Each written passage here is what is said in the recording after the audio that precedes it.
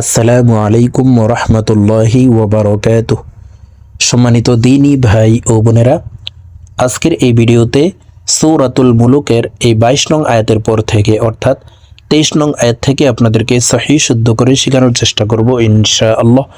প্রিয় দর্শক, গত পর্বের ভিডিওতে সূরাতুল মুলুকের এই 22 নং আয়াত পর্যন্ত আপনাদেরকে শিখিয়েছি। এই যে দেখুন, সিরাতিম মুস্তাকিম, এতটুকু পর্যন্ত আপনাদেরকে শিখিয়েছি। যদি না শিখে থাকেন তাহলে পূর্বের ভিডিওটি দেখে শিখে নেবেন। আর যদি আপনারা একেবারে আরবি পড়তে না পারেন তাহলে আমাদের চ্যানেলে কায়দা পর্বের ভিডিও দেওয়া আছে, আপনারা কায়দা পর্বের এই ভিডিওগুলি দেখে শুদ্ধ করে আরবি শিখে নিতে পারেন, তখন কোরআনুল কারীম অতি সহজেই পড়তে পারবেন। তো চলুন আজকের সবক শুরু করা যাক। أعوذ بالله من الشيطان الرجيم بسم الله الرحمن الرحيم قل هو الذي أنشأكم وجعل لكم السمع والأبصار والأفئدة। প্রিয় দর্শক, আমি ভেঙ্গে ভেঙ্গে শব্দে শব্দে বলে দিচ্ছি, দেখুন। قل هو الذي قل هو الذي أنشأكم। এখানে ইকফা গুন্না, কারণ নুন সাকিনের পরে ইকফার 15টি হরফের ভিতরে একটি হরফ শিন আসছে, এই কারণে এই নুন সাকিনকে নাকের ভিতরে লুকাইয়া গুন্নার সহিত পড়ব। أنشأكم وجعل لكم السمع وجعل لكم السمع والأبصار والأفئدة والأبصار والأفئدة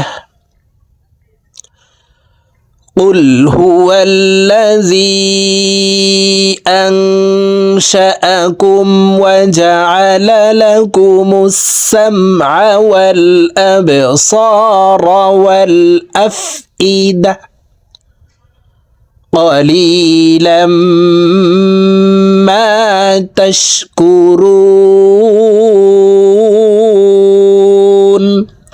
রু এখানে 3 আলিফ টেনে এই নুনকে সাকিন করে ফেলবো, কারণ পেশের বাম পেশে জজমাল ওয়াও মদের হরফ, তো এই মদের হরফের বামের হরফে ওয়াকফ হইলে মধ্যে আরজি 3 আলিফ টানিয়া পড়িতে হয়।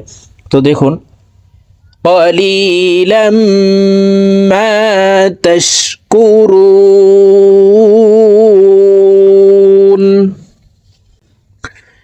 قل هو الذي ذرأكم قل هو الذي ذرأكم في الأرض। তদ হরফকে মোটা করে উচ্চারণ করব, দালের উচ্চারণ করা যাবে না। ফিল আরদি। قل هو الذي ذرأكم في الأرض وإليه تحشرون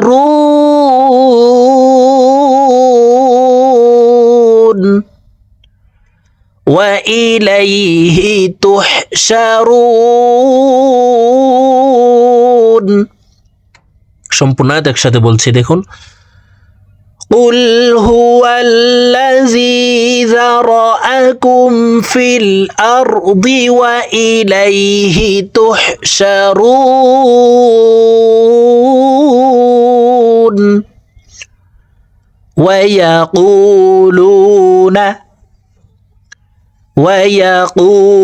ويقولون متى هذا الوعد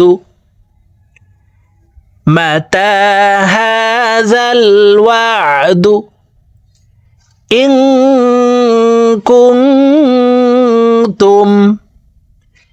এখানে ইকফা গুন্না, কুং এখানেও ইকফা গুন্না, কারণ নুন সাকিনের পরে ইকফার 15টি হরফের ভিতরে যে কোনো একটি হরফ আসলে উক্ত নুন সাকিন অথবা তানবিনকে নাকের ভিতরে লুকাইয়া গুন্নার সহিত পড়িতে হয়। তো এখানে দেখো নুন সাকিনের পর ইকফার হরফ কাফ আসছে, এখানে নুন সাকিনের পরে ইকফার হরফ তা আসছে, এই কারণে আমরা নাকের ভিতরে লুকাইয়া গুন্নার সহিত পড়ব। ইন কুনতুম সাদিকিন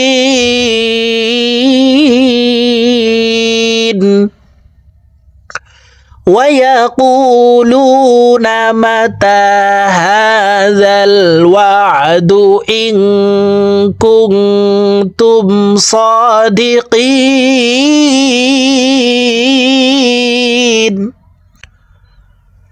قل إنما العلم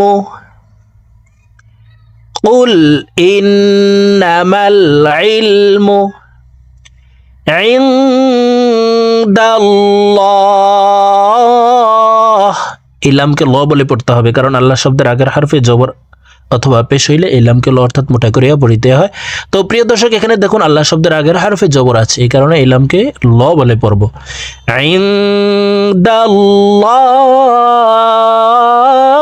ইনদাল্লাহ قل إنما العلم عند الله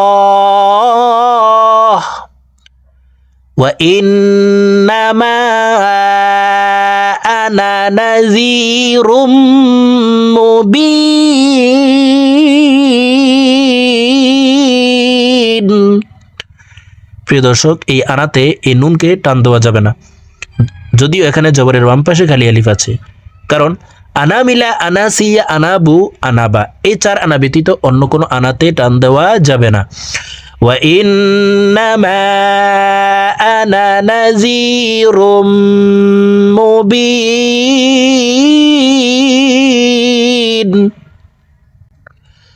ফালাম্মা রাআউহু। হা পেশ হু হরকতের উচ্চারণ তাড়াতাড়ি করিয়া পড়িতে হয়। তো এখানে দেখুন হার উপরে পেশ হরকত আছে, তো আমরা এই হা হরফকে তাড়াতাড়ি করে উচ্চারণ করব, দ্রুতভাবে পড়তে হবে। ফালাম লাম এখানে ওয়াজিব গুন্নাহ, 3 সেকেন্ড পরিমাণ গুন্নাহ করে পড়ব, কারণ হরকতের বামে নুনে মিমে তাসদীদ হইলে সর্বাবস্থায় নাকের বাসি থেকে গুন্নাহ করিয়া পড়িতে হয়। ফালাম্মা রাআউহু যুলফাতান সিআত যুলফাতান সিআত فلما رأوه زلفة سيئت وجوه الذين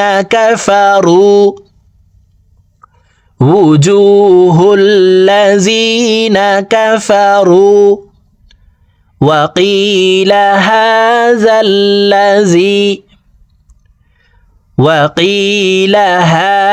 الذي وجوه الذين كفروا وقيل هذا الذي كنتم به। কুং এখানে ইকফাহ গুন্না, কুনতুম বিহি তাদদাউন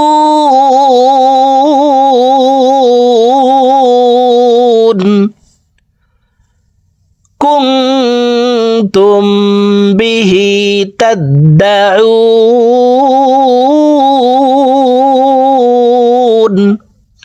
সম্পূর্ণ আয়াত একসাথে বলছি, দেখুন। فلما رأوه زلفة سيئت وجوه الذين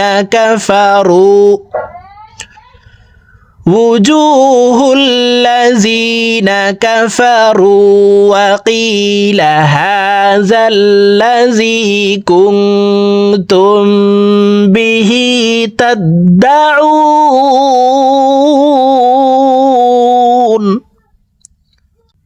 قل أرأيتم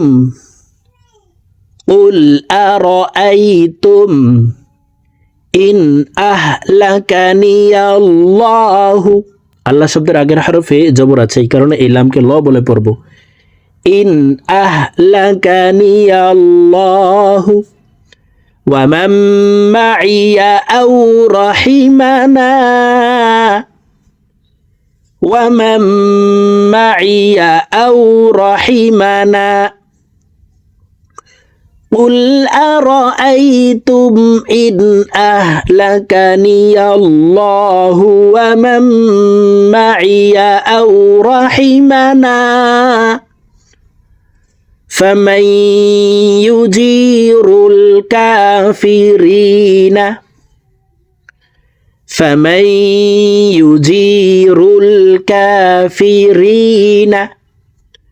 من عذاب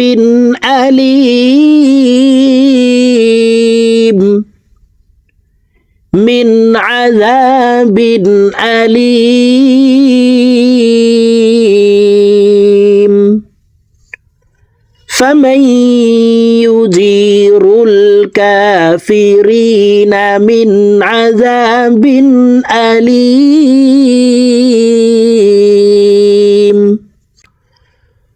قل هو الرحمن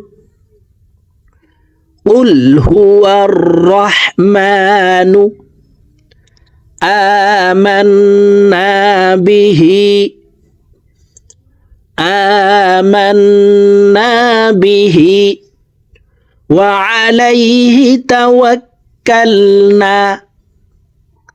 وعليه توكلنا قل هو الرحمن آمنا به وعليه توكلنا فستعلمون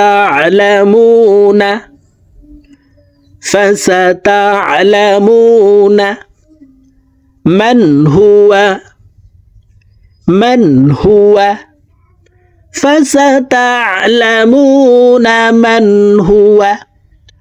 في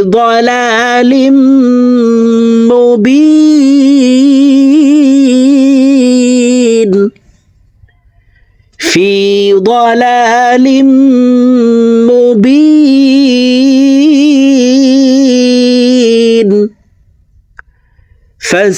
فستعلمون من هو في ضلال مبين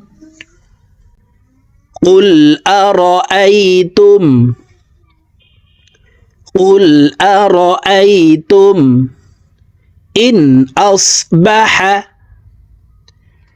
إن أصبح قل أرأيتم إن أصبح মাউকুম মা এখানে চার লিপ্টন মদের হারফের উপরে মোটা চিহ্ন বামে হামজা মধ্যে মুত্তাসিল চার লিপ্টনিয়া পড়িতে হয় তো আমরা এই মিম হারফকে চার লিপ্টনি পড়ব মাউকুম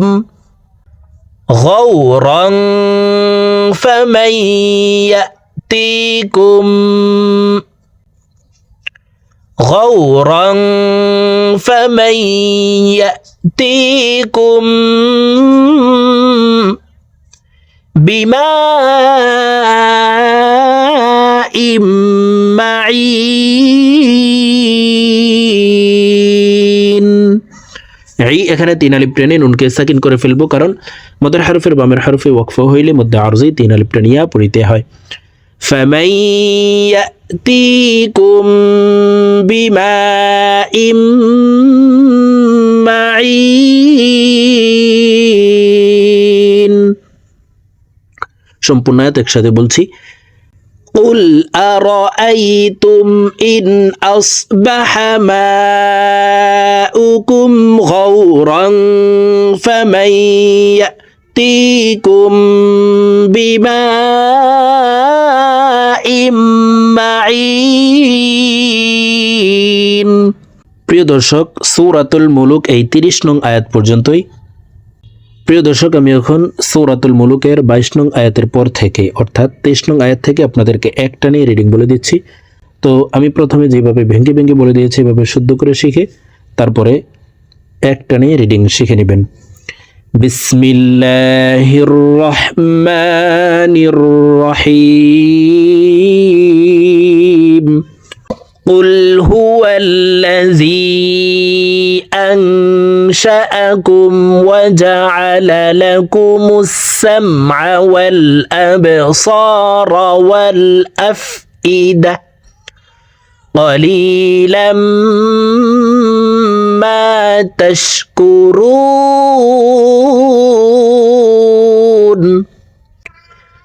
قل هو الذي ذرأكم في الأرض وإليه تحشرون ويقولون متى هذا الوعد إن كنتم صادقين قل إنما العلم عند الله وإنما أنا نذير مبين فلما رأوه زلفة سيئت وجوه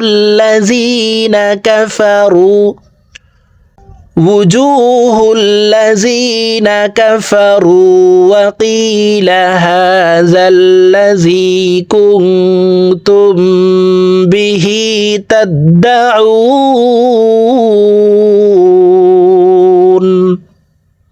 قل أرأيتم إن أهلكني الله ومن معي أو رحمنا فمن يجير الكافرين من عذاب أليم قل هو الرحمن آمنا به وعليه توكلنا فستعلمون من هو في ضلال مبين قل أرأيتم إن أصبح ماؤكم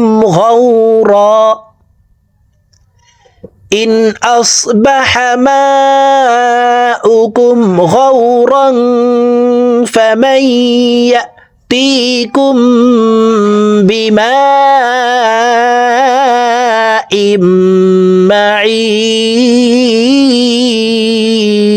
معين صدق الله العظيم.